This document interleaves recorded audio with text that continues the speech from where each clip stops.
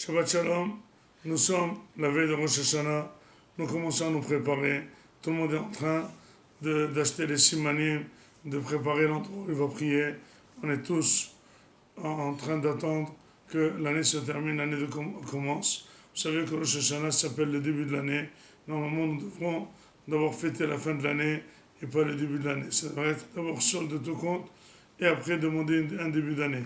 Pourquoi ça s'appelle Rosh Hashanah? Parce que toujours on veut commencer à zéro. On ne veut pas remettre en question ce qui s'est passé parce que toujours le passé, ça s'est pas bien, très bien passé.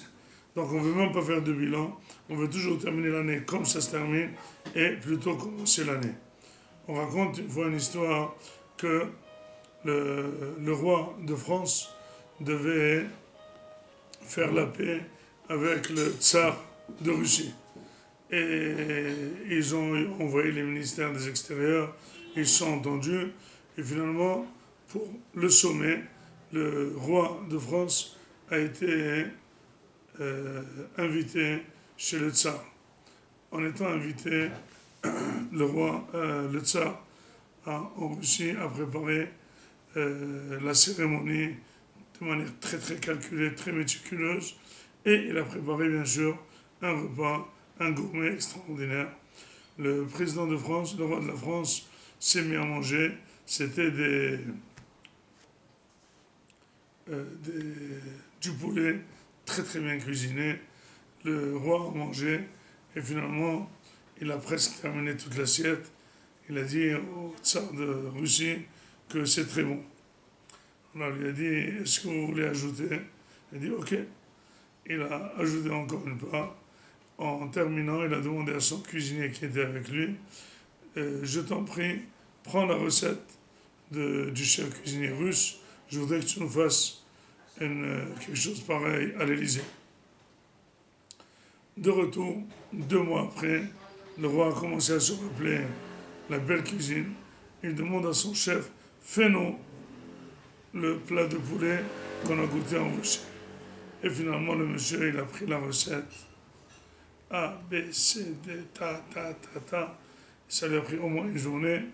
Le poulet était très bien cuisiné et il a été servi. Le cuisinier qui se tient dans le coin pour voir comment le roi va déguster. Dès qu'il commence, il met la première bouchée. Le roi pâlit. Il met une deuxième bouchée. Là, il commence déjà, ses yeux vont bientôt sortir et il commence à vomir. Il commence à vomir, il s'est mal senti, les ambulances, etc. Bon, il a dit c'était vraiment très désastreux. Le roi s'est rétabli, il a appelé son cuisinier, il a dit tu sais très bien, on dirait que tu voulais me tuer. Normalement, celui qui fait ça, je devrais le liquider. Mais, comme je t'ai apprécié et je t'apprécie, je te renvoie en Russie. Je voudrais que tu vois exactement quelle est la faute que tu as faite, tu reviennes avec le mode comme il faut. Il va en Russie, il rencontre le cuistot, il a dit je te dis pas ce qui m'est arrivé, j'allais presque tuer le roi, et il a commencé, et maintenant c'est ma peau. Je t'en prie, montre-moi exactement comment il faut faire. Il dit écoute, moi je t'ai donné la notice très précise. Fais ce que tu as fait à Paris, et moi je vais voir si tu fais bien. Il a commencé à couper, à faire des épices, à faire des sauces, à mélanger, à cuire, etc., etc. Et puis finalement, il arrive le moment voulu, il prend le poulet et il le met dans la marmite. Et là, le cuistot riche se m'a crié « Quoi? Qu'est-ce que tu fais? Qu'est-ce que tu fais? Qu'est-ce que tu fais? C'est comme ça que tu as fait au roi ?» Il dit « Mais c'est normal. » Il dit « Mais ça va pas ?» Il lui dit « Monsieur, tu n'as même pas lavé la viande. C'est comme ça, sale, avec du sang, tu l'as mis dans la marmite. Qu'est-ce que ça veut dire? » Il dit « Excuse-moi, tu ne l'as pas mis dans la recette, ça qu'il fallait laver. » Il dit « Mais ça, il faut que je te le montre. Quel cuisinier met de la viande dans une marmite avant qu'elle soit lavée? » Il a dit « C'est ça le problème. Tu vas repartir, faire la notice comme je t'ai fait, et tout va aller très bien. » Disent les Mefarshim que finalement, on est en train de se préparer, on est en train de cuisiner, on est en train d'acheter, on est en train de faire des simanim, on est en train de donner la tzedaka, on fait énormément de choses. Mais est-ce qu'on est en train de se laver de nos avérotes? Est-ce qu'on est en train de se doucher, de se rincer, de se nettoyer? Est-ce qu'on remarque qu'on est sale? Qu'il faut absolument améliorer notre chemin. Tant que ça ne se fait pas, tout ce qu'on fait autour, ça peut donner quelque chose justement qui peut même étrangler le roi. Donc, mon rêve Rabotai, c'est la paracha de Kitavon, c'est la paracha des menaces, c'est la paracha des calottes.